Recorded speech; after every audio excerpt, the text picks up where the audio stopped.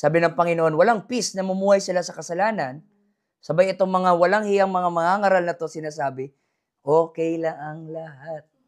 Mahal tayo ni Lord. Peace, peace, peace be with you. Peace, peace, peace. By the way, si Antichrist ay mamahalin ng tao sa mundo dahil ang kanyang number one advocacy ay peace, kapayapaan. And it's not true peace, it's a false peace.